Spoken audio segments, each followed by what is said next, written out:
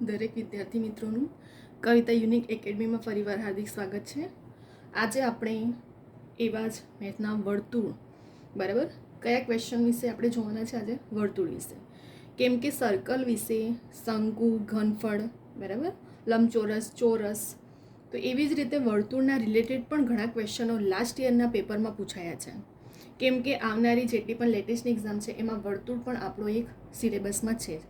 તો આજે આપણે સ્પેશિયલ એના પર જ વિડીયો લઈને આવ્યા છે કે લાસ્ટ યરમાં કેવા ટાઈપના વર્તુળના ક્વેશ્ચનો પૂછાયા છે, બરાબર. તો હવે આજે આપણે વર્તુળના એવા 5 ક્વેશ્ચનો જોવાના છે, બરાબર. ઘણી બધી એક્ઝામો હવે આવી રહી છે.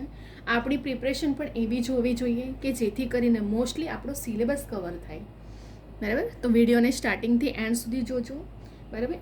એક માર્ક્સ માટે પણ એક ટોપિક કરવું પડે છે મેરિટમાં આવવા માટે. તો આપણે વર્તુળના રિલેટેડ જીપીએસસીથી લઈને ક્લાસ 3 સુધીની એક્ઝામોમાં ઘણા બધા ક્વેશ્ચનો આવી રીતે પૂછાયા છે અને એકદમ ઇઝી છે. ફક્ત તમને ફોર્મ્યુલા, ટ્રીક અને મેથડ, મેં તમને દરેક વિડીયોમાં કીધું છે કે મેથ અને રિઝનિંગ, ક્વોન્ટિટી, એપ્ટિટ્યૂડ એવા સબ્જેક્ટ છે કે જ્યાં તમને મેન તો છે તમારું ટ્રીક, મેથડ, બરાબર. તો આજે હવે આપણે ક્વેશ્ચન સ્ટાર્ટ કરીએ. ફર્સ્ટ ક્વેશ્ચન પર જઈએ. અહીંયા આપણે એક બકરી એક ખીલે 7 મીટર લાંબા દોરડાથી બાંધેલ છે, બરાબર. અહીં શું કીધું છે કે એક બકરી એક ખીલે 7 મીટર લાંબા દોરડાથી બાંધેલ છે, તો ખીલા ફરતે મોટામાં મોટું કેટલા મીટરનું ચક્કર લગાવી શકે, બરાબર. આપણને અહીં કહી દીધું છે કે કેટલા મીટરનું લાંબા દોરડાથી બાંધેલ છે એક ખીલે, તો 7 મીટરથી. તો અહીં શું કીધું છે કે ખીલાની ફરતે મોટામાં મોટું કેટલા મીટરનું ચક્કર લગાવી શકે. તો વર્તુળનું પરિઘનું સૂત્ર શું છે અહીં આપણને ખબર જ હોવું જોઈએ કે દોરડાનું આખું મીટર ચક્કર લગાવવાનું કીધું છે અને ખીલાની ફરતે, તો ખીલો કેવો હોવાનો છે? વર્તુળમાં. તો એનું પરિઘનું સૂત્ર શું આવે? 2πr. મેં સ્પેશિયલ વિડીયો 1 થી 2 લેક્ચર મારા એવા વિડીયો મેં સ્પેશિયલ ફોર્મ્યુલા પર બનાવ્યા છે કે જે લેટેસ્ટની જેટલી પણ એક્ઝામો છે એમાં દરેકમાં તમને ફોર્મ્યુલાના રિલેટેડ ક્વેશ્ચનો પૂછાય છે. તો એના પર સ્પેશિયલ મેં ફોર્મ્યુલા પર પણ વિડીયો બનાવ્યો છે, તો એને જોવાનું ભૂલતા નહીં. અહીં આપણે વર્તુળનું પરિઘ સૂત્રનું શું છે? 2πr. ચલો, 2 પાઈની કિંમત કેટલી આપણે મૂકશું? 22 સપ્તમાંશ. જો તમને એક્ઝામમાં ક્વેશ્ચનમાં 3.14 આપ્યું હોય આરની પાઈની કિંમત, તો પછી આપણે 3.14 મૂકવું પડે છે. અહીં નહીંથી આપ્યું એટલા માટે પાઈની કિંમત કેટલી મૂકશું આપણે? 22 સપ્તમાંશ. અને આરની કિંમત કેટલી? ત્રિજ્યા આપણને આપી દીધી છે 7, બરાબર. તો 7 કટ થઈ ગયા. શું બાકી રહ્યું? 22 દુ 44. આવી ગયો આપણો આન્સર. તો મોટામાં મોટું કેટલા મીટરનું ચક્કર લગાવી શકે છે? 44 મીટરનું ચક્કર લગાવી શકે છે. ફરી એકવાર ધ્યાનથી જુઓ કે અહીં આપણને શું કીધું કે 7 મીટર લાંબા દોરડાથી બાંધેલ છે અને મોટામાં મોટું કેટલા મીટર? તો સૌથી પહેલાં તો તમને સૂત્ર આવડવું જોઈએ, ફોર્મ્યુલા તમને ખબર હોવું જોઈએ કે વર્તુળનું પરિઘનું સૂત્ર શું છે? 2πr. 22 સપ્તમાંશ ગુણ્યા 7 આપણા કટ થઈ ગયા, તો 22 દુ 44 મીટરનું ચક્કર લગાવી શકે. હવે આપણે જઈશું બીજા ક્વેશ્ચન પર. એક બકરી એક ખીલે 7 મીટરના દોરડાથી બાંધેલી છે, તો તે કેટલા વિસ્તારમાં ચરી શકે, બરાબર. અહીં આપણને શું કીધું કે એક બકરી એક ખીલે 7 મીટરના દોરડાથી બાંધેલ છે, તો કેટલા વિસ્તારમાં ચરી શકે. તો વર્તુળનું ક્ષેત્રફળ, વિસ્તાર કીધો છે તો આખું ક્ષેત્રફળ આવશે, બરાબર. તો અહીં પરિઘનું સૂત્ર નહીં લેવા બેસતા, અહીં આપણે ક્વેશ્ચન રીડ કરવાનો છે કે દોરડાથી બાંધેલ છે અને આખા વિસ્તારમાં ચરી શકે, તો ક્ષેત્રફળ πr વર્ગ. વર્તુળનું ક્ષેત્રફળનું સૂત્ર શું છે? πr વર્ગ. ચલો, પાઈની કિંમત મેં તમને શું કીધું? જો આપી ના હોય તો આપણે શું લેવામાં આવે છે? 22 સપ્તમાંશ. હવે 7 મીટર, આરનો સ્ક્વેર એટલે ત્રિજ્યા કેટલી આપી છે? 7 અને 7, 7 કટ થઈ ગયા, તો 22 + 7 154. આવી ગયો આપણો આન્સર, બરાબર. તમારે ક્વેશ્ચન રીડ કરીને ફોર્મ્યુલા મૂકવાનો છે. અહીં આપણે વિસ્તાર કીધો, તો વિસ્તાર એટલે આખું ક્ષેત્રફળ આવી જાય. તો વર્તુળનું ક્ષેત્રફળનું સૂત્ર શું છે? πr વર્ગ, બરાબર. પછી આપણે શું કર્યું? કિંમત મૂકી 22 સપ્તમાંશ, ત્રિજ્યા આપણને આપી દીધી છે. હવે આપણે જઈશું ત્રીજા ક્વેશ્ચન પર. એક વર્તુળાકાર બગીચાનો વ્યાસ 70 મીટર છે, તો તેનું ક્ષેત્રફળ શોધો. હવે તમે ઉતાવળમાં ભૂલ ક્યાં કરો છો? ધ્યાન આપજો. વર્તુળનું ક્ષેત્રફળનું સૂત્ર શું છે? πr વર્ગ. પરંતુ તમને એક્ઝામમાં વ્યાસ આપ્યું છે કે ત્રિજ્યા આપી છે, એ ઉતાવળમાં ભૂલ નહીં કરતા, બરાબર. મોસ્ટલી સ્ટુડન્ટની આ જ મિસ્ટેક થાય છે કે શું કરશે એક્ઝામમાં, તમને એવું લાગશે અરે વ્યાસ આપ્યું, ક્ષેત્રફળ કીધું છે, તમે ઉતાવળમાં શું કરશો? 22 સપ્તમાંશ અને આરની કિંમત બેઠી 70 ગુણ્યા 70 કરીને કટ કરીને તમે આન્સર લાવશો અને જે આન્સર આવે છે ને એ પેપર સેટર એ આન્સર પણ મૂકશે તમને કન્ફ્યુઝન માટે, બરાબર. તો અહીં આપણે ધ્યાન રાખવાનું છે કે આપણને અહીં વ્યાસ આપ્યો છે તો આપણે ત્રિજ્યા કઈ રીતે શોધશું. વ્યાસની અડધી કિંમત હોય છે ત્રિજ્યા હોય છે, બરાબર. તો વ્યાસ આપણને કેટલો આપ્યો છે? 70 આપ્યો છે. તો એની ત્રિજ્યા કેટલી થશે? 70 ભાગ્યા 2 કરો, 35 દુ 70 થાય. તો ત્રિજ્યા કેટલી મળી આપણને? r 35. હવે આપણે સૂત્રમાં કિંમત મૂકીએ કે વર્તુળનું ક્ષેત્રફળનું સૂત્ર શું છે? પાઈ r વર્ગ. પાઈની કિંમત કેટલી? 22/7. આરનો સ્ક્વેર એટલે કેટલી છે? 70 છે. તો એને અડધા કરીએ, 35 ગુણ્યા 35. 7 × 5 35 ઉડી ગયા. તો 35 ગુણ્યા 5 ગુણ્યા 22 કરો, 385 આપણો આન્સર અહીં આવી જશે, બરાબર. ક્લિયર? હવે આપણે આવું ક્વેશ્ચન છે એકદમ ઇઝી, પરંતુ ડિપેન્ડ્સ એના પર કરે છે કેટલા સ્ટુડન્ટે ફોર્મ્યુલા. જો તમે ફોર્મ્યુલા જ ભૂલી જશો તો તમે ગણીને શું આવશો એક્ઝામમાં, બરાબર. તો ધ્યાન એ જ છે કે ભલે ક્વેશ્ચન બહુ લોંગ નથી, હાર્ડ નથી, પરંતુ ફોર્મ્યુલા ટ્રીક યાદ રાખવું જોઈએ તમારે કે ક્યાં મિસ્ટેક થાય છે અને કયા ક્વેશ્ચનમાં કયો ફોર્મ્યુલા યુઝ થવાનો છે, બરાબર. 56 સેમી વ્યાસવાળા અર્ધવર્તુળની પરિમિતિ શોધો. હવે અહીં આપણને શું કીધું છે? અર્ધવર્તુળની પરિમિતિ કીધી. તો અર્ધવર્તુળની પરિમિતિનું સૂત્ર શું છે? પાઈ r પ્લસ 2r. જો મેં તમને કીધું ને કે મેન તો ફોર્મ્યુલા પર જ છે. તો અર્ધવર્તુળની પરિમિતિ પાઈ r વત્તા 2r. પાઈની કિંમત આપણે કેટલી લઈશું? 22/7. r એટલે ત્રિજ્યા. હવે અહીં પણ ધ્યાન આપજો, આ વ્યાસ આપ્યું છે. વ્યાસનું અડધું શું હોય છે? ત્રિજ્યા હોય છે. તો 28 દુ 56. તો 22/7 ગુણ્યા 28 વત્તા 2. r એટલે ત્રિજ્યા કેટલી? 28 આવશે. 56 ના અડધા. હવે ઉડાવો, 7 ચોક 28 ઉડી ગયું. તો 22 ચોક 88 ને 28 દુ 56. આ બંનેનો સરવાળો 88 વત્તા 56 એટલે 144 સેમી આપણો પરિમિતિ આવી ગઈ.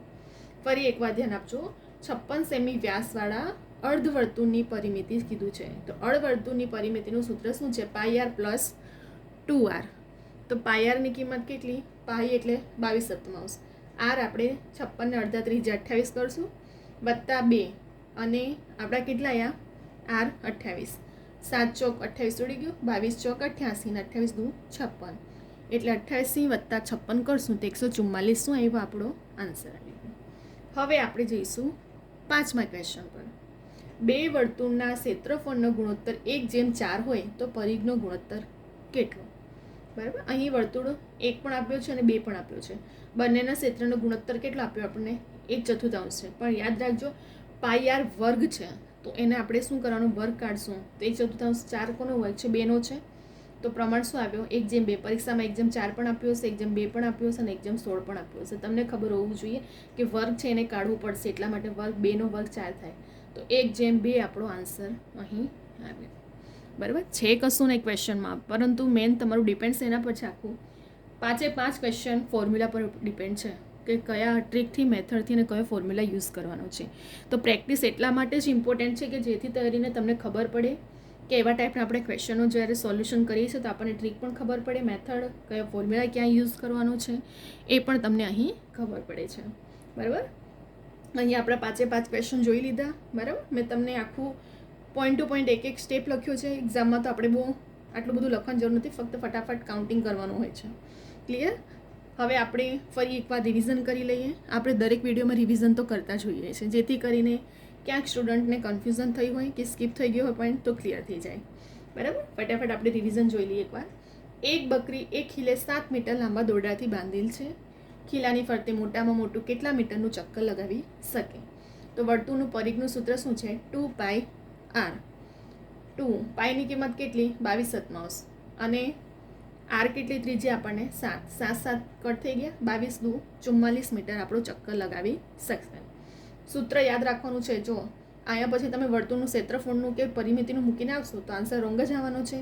તો તમને ખબર હોવું જોઈએ કે આ ખીલાની ફરતે મોટામાં મોટું ચક્કર લગાવવાનું કીધું છે, તો પરિઘનું સૂત્ર આપણે શોધવું પડશે, બરાબર. ત્યાર પછી આ છે સેકન્ડ ક્વેશ્ચન. એક બકરી એક ખીલે 7 મીટરના દોરડાથી બાંધેલ છે તો કેટલા વિસ્તારમાં ચરી શકે? હવે વિસ્તાર કીધું છે એટલે ક્ષેત્રફળ આવી ગયું આખું. તો વર્તુળનું ક્ષેત્રફળનું સૂત્ર શું છે? પાઈ r વર્ગ. પાઈની કિંમત કેટલી? 22/7 અને r કેટલી આપી છે આપણને? 7 આપી છે. 7 કટ થઈ ગયા એટલે 22 + 154 આપણું શું આવે? વિસ્તારમાં ક્ષેત્રફળ શોધી શકાય, બરાબર. ત્યાર પછી ત્રીજા ક્વેશ્ચન પર જઈએ.